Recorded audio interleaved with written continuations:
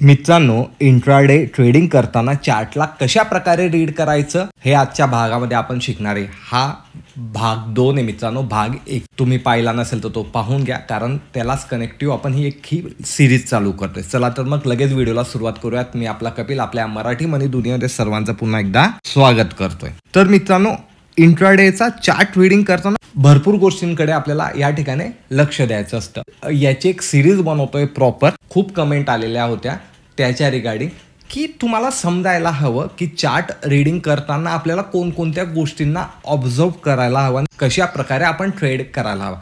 सगळ्यात मोठा प्रॉब्लेम काय होतो ना मित्रांनो, की आपल्याला आपली प्लॅनिंग हवी की मला आज बाय करायचंय का मी आज सेल करणार आहे। सर्वात मेन कन्सेप्ट आपली ही हवी। कधी मला सेल करायचंय तर मी सेलची संधी इथे शोधणार आहे, कधी मला बाय करायचंय तर मी बायची प्राइस ऍक्शन कशी बनते त्यानुसार मी इथे ट्रेड करणार। पण कधी माझं हे काही कन्सेप्टच क्लिअर नाहीये, माझ्या काही लेवलच फिक्स नाहीये, तर मी या ठिकाणी खूप कन्फ्यूज राहणार आहे। मी नेमकं बाय करू का नेमकं सेल करू। एखादी निगेटिव्ह कॅन्डल बनली मोठी, अरे हा मग मी सेल करतो। हे तर सेलिंगचंच मार्केट आहे, पण तिथून बाईंग होऊन जाते। जसं तुम्ही पाहू शकता, आज मार्केट ओपन होतात, एक मोठी रेड कॅन्डल बनली, दुसरीच ग्रीन कॅन्डल बनली आणि ती डायरेक्ट वरच्या साईडला निघून गेली।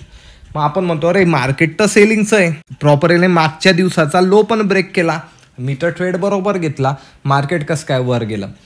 त्यामुळे आपली स्ट्रॅटर्जी परफेक्ट हवी, मी कोणत्या लेवलला कशा प्रकारे ट्रेड करणार आहे हे कधी तुमचं क्लिअर असलं तर मग तुम्हाला प्राइस ॲक्शन समजायची की प्राइस ॲक्शन कशी बनते। मग त्यानुसार तुम्हाला भरपूर इथे क्लॅरिटी होऊन जाते ट्रेड करताना। कन्फ्यूज राहिला कधी तुम्ही तर तुम्हाला इथे ट्रेड करताना लॉस होणार आहे। त्यामुळे ट्रेडिंगमध्ये कन्फ्युजन नको आहे, क्लॅरिटी हवी। जितकं क्लॅरिटी असेल तितका तुम्ही छान ट्रेड करणार आहे, ओव्हर ट्रेडिंग होणार नाही। तर ह्या काही बेसिक गोष्टींना लक्षात ठेवायचं आणि एकंदरीत आपल्याला समजते की मार्केट डाऊनफॉलमध्ये चालू आहे। आपण इथे बँक निफ्टीलाच कंटिन्यू करतोय, कारण आपण त्याच्यावरच पहिला व्हिडिओ अनालिसिस केलेला होता। मग आता हे डाऊनफॉल चालू आहे आणि जेव्हाही असा हा पुलबॅक येतोय, मग हा जेव्हाही पुलबॅक येतोय तर या ठिकाणी मला काय करायचंय। इथून ट्रेंड रिव्हर्सल होतोय का ट्रेंड रिव्हर्सल झाला आणि हे कसं काय समजेल। सगळ्यात मेन एक गोष्ट समजून घ्या मित्रांनो, की जेव्हाही मार्केट आहे ना खालच्या दिशेला येतं आणि मार्केट वर जातं, तर हे वर जाताना याला आपण काय म्हणतो, पुलबॅक म्हणतो, बरोबर आहे। मार्केट वर जातं। आता पुलबॅकमध्ये आपल्याला एक लो पाहायला मिळतो की तिथून मार्केटने आपलं डायरेक्शन बनवलंय शॉर्ट टर्मसाठी। मग हा जो पुलबॅक आहे, ह्या पुलबॅकमध्ये आपण बाईंग करायची आहे का आपल्याला सेल करायचं आहे, ही आपली कन्सेप्ट फिक्स हवी। मग ती आता फिक्स कशी करायची आपल्याला, की जसं तुम्ही पाहू शकतात, आपण थोडं मागेही चार्टला पाहिलं मित्रांनो, मार्केट खालच्या दिशेला पुलबॅक घेतला। आता हा पुलबॅक किती वर जातो याच्या रिगार्डिंग आपल्याला मार्केटची स्ट्रेंथ समजणार। तर इथे तुम्हाला लक्षात येईल की इतका डाऊनफॉल आला पण पुलबॅक त्या मानाने फक्त 10 ते 20% गेला। म्हणजे इथे सेलर खूपच ॲग्रेसिव्ह आहे, म्हणजे सेलर जास्ती मार्केटला पुलबॅकच घेऊ देत नाही। वरती आला की लगेच विका, लगेच धुवा त्याला आणि खाली पाडायच्या मागे राहतात। पहा, लहान लहान गोष्टी मित्रांनो, पण लक्ष ठेवा, चार्टला ऑब्झर्व करायचा स्किल आहे आणि हे स्किल आहे ना, मी जे सांगतो ना त्याला तुम्ही बॅक टेस्ट करा, तुम्ही ऑब्झर्व करत राहा। जितकं तुमचं ऑब्झर्वेशन वाढेल ना, तर मित्रांनो मी खरंच सांगतो तुम्हाला माझी गरज नाही का कोणाचीच गरज नाही आहे। तुम्ही स्वतः चार्ट रीड करणार आहे, स्वतः सगळ्या गोष्टी करणार आहे, पण तुम्ही फक्त व्हिडिओ पाहताय आणि तुम्ही जाऊन बॅक टेस्ट करत नाही। आणि ठीक आहे, व्हिडिओ पाहिल्यानंतर तुम्ही 1-2 दिवस करताय, नाही, सातत्य हवंय। कधी तुम्हाला यामध्ये काही करिअर करायचं आहे, काही प्रोफेशन करायचं आहे, तुम्ही कधी तुमचे मोठे स्वप्न कधी पाहताय मित्रांनो, तर तुम्हाला याला टाइम द्यावा लागेल। तुम्हाला प्रत्येक कन्सेप्टला समजून तुम्हाला ती चेक करत राहावी लागेल जेव्हाही तुमच्याकडे फ्री टाइम आहे तेव्हा। आता तुम्ही हे चेकिंग कसं करायचं, आपण ह्या गोष्टींची सवय कशी लावायची, कधी या रिगार्डिंग तुम्हाला एक स्पेसिफिक व्हिडिओ हवा असेल की जी मी केलेली आहे माझ्या आयुष्यात, मी कशी सवय लावलेली आहे, मी कशा प्रकारे माझं शेड्यूल असतं पूर्ण दिवसाचं आणि मी काय काय गोष्टी पाहून चार्टला पाहतो, तर तुम्ही कमेंट करा, आपण त्यावरही एक व्हिडिओ बनवू। कमेंट याच्यासाठी सांगतो मित्रांनो, तुम्हाला काय आवडतं ते बनवण्यासाठी मला पण उत्सुकता असते, दॅट्स वाय। तर विषय आपला काय चालू होतं, कोणती लहान गोष्ट सांगत होता मी तुम्हाला, जेव्हाही मार्केट खाली येतंय आणि मार्केट पुलबॅक घेतला। आता हा पुलबॅक किती घेतला जातो, सपोज मार्केट खाली आलंय आणि मार्केटने इथून पुलबॅक घेतला आणि इथूनच मार्केट परत सेल ऑफ आला, तर आपण असं समजू शकतो की सेलर या ठिकाणी खूप ॲग्रेसिव्ह आहे, मार्केटला ते वरच्या साईडला येऊ देत नाहीये। सिमिलर कंडिशन आहे, आपण डाऊनफॉलचं उदाहरण घेतो म्हणून डाऊनफॉलचं बोलतोय। की मार्केट खाली आलं आणि पुलबॅक बऱ्यापैकी वरती येऊन खाली आला, म्हणजे आपण काय म्हणू शकतो इथे बाहेर एक डिसंट ॲक्टिवेट झाले आणि त्यांनी प्रयत्न केला मार्केटला वरती घेऊन जाण्याचा. तुम्ही एक नोटीस करा, प्राईसच्या नेचरला समजा, जेव्हाही डाऊनफॉल हा कमी व्हायला लागतो ना, तर मार्केट हे वरच्या साईडला जास्ती बाउन्स करतं, परत खाली येतं, परत लो तोडेल बलेसं, पण वरच्या साईडला आता ते जास्ती यायला लागलं. आणि जेव्हाही स्ट्रॉंग सेलिंग असेल तर तेव्हा मार्केट बिलकुल खाली आलं, मामूली पुलबॅक घेतला, परत खाली आलं, मामूली पुलबॅक घेतला. तर ह्या काही गोष्टी ह्या प्राईस ॲक्शन आहे. मग आपल्याला सेलिंग प्रेशर केव्हा कमी होताना दिसतंय, तेव्हा काइंड ऑफ अशी प्राईस ॲक्शन बनते. मग अशी प्राईस ॲक्शन बनल्यानंतर आपण इथे बाईंग पण करू शकतो, पण जेव्हा अशी प्राईस ॲक्शन बनते ना तेव्हा आपण इथे बाईंग करू शकत नाही. याच्या मागचं एक लॉजिक समजून घ्या. तुम्ही कधी ऑप्शनचा चार्ट ऑब्झर्व करत असलात तर जेव्हा सेलिंग असतं ना मित्रांनो, तर तेव्हा पी साईडचे रेट तर जोरात वाढत असतं, पण पुलबॅक होतं आणि ते कधी लहान स्वरूपाचं असलं किंवा सेलिंग प्रेशर हायर असलं ना, तर कॉलचं प्रीमियम त्या प्रमाणात वाढत नाही. पण इथून कधी मामूलीही सेलिंग आली तर कॉलचं प्रीमियम आहे ना, ज्या प्रमाणात ते वाढलं नाही त्याच्या दुप्पटच्या प्रमाणात ते कमी व्हायला सुरू होतं. मग हे असं का होतं, कारण मेन ट्रेंड कोणता आहे, डाऊन ट्रेंड. मग ह्या टायमाला प्रीमियम कसले वाढणार आहे, पुढचे जास्ती जोरात वाढणार आहे. पुलबॅक जेव्हा मोठमोठे यायला लागतील तेव्हा कॉलचे प्रीमियम वाढतील. आपण काय करतो, रिव्हर्सल. सगळ्यात मेन असं राहतं ना भरपूर जणांना, मला रिव्हर्सल आयडेंटिफाय करायचं, मला रिव्हर्सल आयडेंटिफाय करायचं, मी बिलकुल बॉटमला पकडेल आणि टॉपला विकेल. तुम्हाला सांगतो ना, कोणाचंच होत नाही. हां, लकीली किंवा काही टायमाला होत असेल, पण ॲक्युरेट बॉटम आणि ॲक्युरेट टॉप पकडणं एवढं इझी नाही आहे. तुम्हाला कोणी सांगत असेल ना तर त्याची ॲक्युरेसी असेल, पण ती 100% कोणाची नसेल आणि 50% तर सगळ्यांचीच ॲक्युरेसी असते मित्रांनो.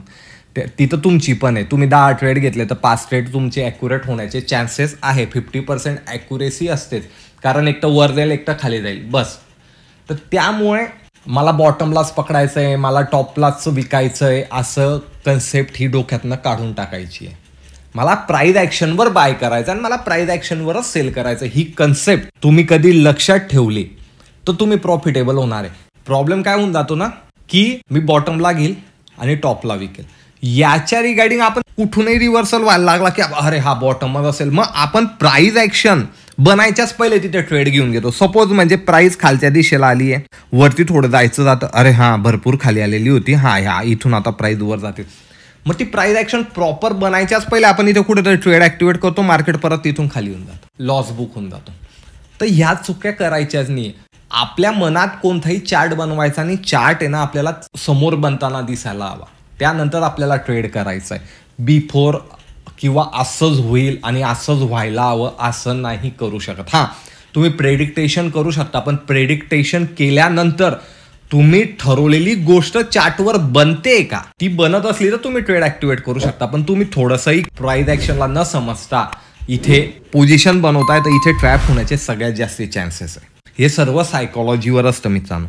तर मी तुम्हाला पहिले सांगितलं की मार्केट खाली आलं, पुलबॅक लहान घेतला, म्हणजे इथे आपल्याला काय समजतं की इथे सेलिंग प्रेशर अजून हायर आहे. मार्केट खाली आलं, आता तुम्ही इथे पाहू शकतात की मार्केट एक दिवस पूर्णपणे हे काइंड ऑफ आपल्याला साईडवेज दिसतंय. हे तर तुम्हाला साईडवेजचं मार्केट मी भरपूर टायमाला सांगितलं की एखादा रनअप झाल्यानंतर मार्केट हे तिथे थांबतं म्हणजे काय ना, एक लक्षात ठेवा, ह्या ठिकाणी खूप मोठ्या पोझिशन बनत असतात आणि ह्या टायमाला ज्या पोझिशन बनतात तर तुम्हाला ह्या दिवसाचा आहे ना व्हॉल्यूमला ॲनालिस करायचं. कधी हायर व्हॉल्यूम असेल तर या ठिकाणी ज्याही पोझिशन बनल्या त्या हायर व्हॉल्यूमवर बनलेल्या आहे आणि त्यानंतर एक ट्रेंड आपल्याला पाहायला मिळू शकतो. ही एक गोष्ट आहे, हिच्यावर आपण येणाऱ्या काही दिवसांमध्ये व्हिडिओ बनवणारच आहे, पण एक बेसिक कन्सेप्ट तुम्ही लक्षात ठेवा. इथे पुलबॅक कमी प्रमाणात झाला, दुसऱ्या टायमाला मार्केट पूर्णपणे साईडवेज झालं, परत आता तुम्ही नोटीस करा मार्केट खाली येतंय, पण आता जो पुलबॅक आहे तो त्याच्या 20% इथे आपल्याला दिसतोय, पण मार्केटने परत खाली आलं, पुलबॅक हा आता वाढायला लागलाय. मार्केट खाली आलं, पुलबॅक हा वाढायला लागलाय. मग यावरनं काय लक्षात येतंय की मार्केट हे आता खाली आल्यानंतर आहे ना पुलबॅक घ्यायला लागलेलं आहे. मग इथून ट्रेंड रिव्हर्सल होईल का, नाही. इथे आपण सर्वात पहिले काय समजायचं आहे, इथे सेलिंग प्रेशर कमी झालेलं आहे, इथे सेलिंग प्रेशर कमी झालेलं आहे. इथून ट्रेंड रिव्हर्सल होण्याचा अजून कोणताही साईन मिळालेला नाही आहे. ही गोष्ट सर्वात पहिले लक्षात ठेवायची. हां, तुम्ही लहान स्कॅल्पिंग मध्ये ट्रेड इथे करू शकता, पण मला इथून मी 400-500 पॉईंट कॅप्चर करेल तर असं इथून अजून आपण म्हणू शकत नाही, कारण वरती कुठेही गेलं ना मार्केट तर सेलर इथे ऍक्टिव्हेट होणार आहे.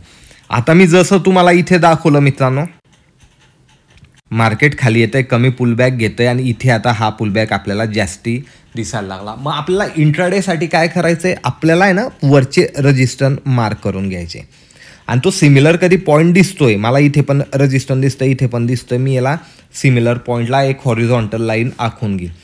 तर मला आता समजणार आहे की मार्केटमध्ये बायरची कधी इंट्राडेमध्ये, आता आपण इंट्राडेमध्ये आलो की इंट्राडेमध्ये मी लाईव्ह मार्केटमध्ये तुम्हाला समजवायचा प्रयत्न करतोय बिकॉज ऑफ तुम्हाला ही गोष्ट समजेल.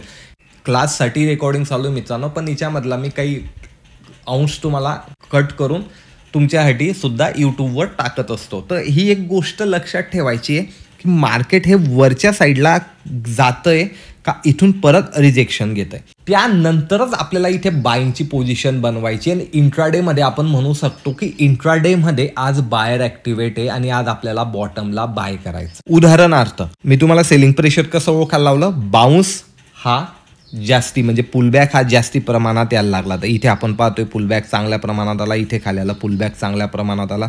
मग या काइंड ऑफ आपल्याला या ठिकाणी दिसलं की इथे कुठेतरी सेलिंग प्रेशर हे कमी येतंय, सेल ऑफ आला. आता आजच्या दिवशी मार्केट ओपन झालं आणि पुलबॅक पूर्ण प्रॉपर घेतला. तो हा साईन आपल्याला सर्वात पहिले कसा समजतोय, जो हा सपोर्ट होता त्याला मार्केटने जेव्हा ब्रीच केलं तर मार्केट वरच्या साईडला गेलं, पाहिलं इथे आपल्याला साईन भेटतो. मग इथे कुठे ना कुठे आपण आपला ट्रेड ॲक्टिवेट करू शकतो. मार्केट खालच्या साईडला सपोर्ट कुठे घेतलाय, हॅमर कुठे बनली, प्रॉपर सपोर्टच्या इथे हॅमर बनलेली आहे. तर ह्या लेवलवरनं आता वरती गेलं तर आपल्याला इथे एक ट्रेंड पाहायला मिळू शकतं. पण इथून ट्रेंड रिव्हर्सल झालाय का नाही, जेही मार्केट सेल ऑफ झालेलं आहे, आपण थोडंसं याला मिनिमाइज करू की जेणेकरून तुम्हाला समजेल की जेही मार्केट इथून सेल ऑफ झालेलं आहे ना, तर कुठे ना कुठे यांची प्रॉफिट बुकिंग इथे चालू आहे. आणि जेव्हा एका योग्य लेवलला येईल तर तिथून परत आपल्याला खाली सेल ऑफ येताना दिसेल. पण मग त्या ठिकाणी बायर कधी ॲक्टिवेट असतील तर सिमिलर आहे जी कन्सेप्ट आपली आहे की मार्केट जेव्हा वरच्या दिशेला जातं तर तेव्हा तो लहान पुलबॅक गेला आणि परत वरच्या साईडला जाईल. मार्केट कधी स्ट्रेंथ नाही आहे तर वरच्या दिशेला जाईल आणि पुलबॅक एकदम मोठा गेल. जेव्हा पुलबॅक एकदम मोठा गेल तर आपण इथे म्हणू शकतो की बायर ॲक्टिवेट आहे, पण बायरमध्ये एवढी काही स्ट्रेंथ नाही आहे, त्यामुळे इथे परत मार्केट खाली येण्याची शक्यता राहू शकते. पुलबॅक कधी लहान आहे तर तुम्ही या ठिकाणी विचार करू शकता. तर आता मार्केट ह्या लेवलच्या कधी वर गेलं तर आपल्याला नेक्स्ट रेजिस्टन्स हा बॉक्सचा इथे पाहायला मिळतोय मित्रांनो, की मार्केट इझिली ही लेवल कधी ब्रेक केली तर इझिली तो त्या लेवलपर्यंत जाणार आहे. हे एक चार्ट रिडिंगची एक कन्सेप्ट आहे मित्रांनो, हिला तुम्ही अंडरस्टँड करा. पुलबॅक मोठा होतोय का लहान होतोय त्यानुसार आपण ट्रेंड चेंज होणार आहे का नाही होणार आहे, किंवा बायर का सेलरमध्ये स्ट्रेंथ आहे हे समजण्याचा या ठिकाणी प्रयत्न केला. तुम्हाला कधी व्हिडिओ आवडला असेल तर नेक्स्ट पार्ट म्हणून कमेंट करा. पुढचा व्हिडिओ आपण राऊंड नंबर जेव्हा येतात, उदाहरणार्थ आता मार्केट कुठे चाललंय 47,921, म्हणजे पुढचा राऊंड नंबर काय 48,000. राऊंड नंबरवर जेव्हा मार्केट येतं तर त्या मार्केटला ट्रेड कसं करायचं तुम्ही भरपूरदा पाहिलं असेल. एखाद्या राऊंड नंबरला मार्केटने ब्रेक केला, आपल्याला वाटतं अरे एक मेजर लेवल इथे ब्रेक झाली, मार्केट परत वरती चाललं होतं, आपण याच्या खाली सेल करून देतो.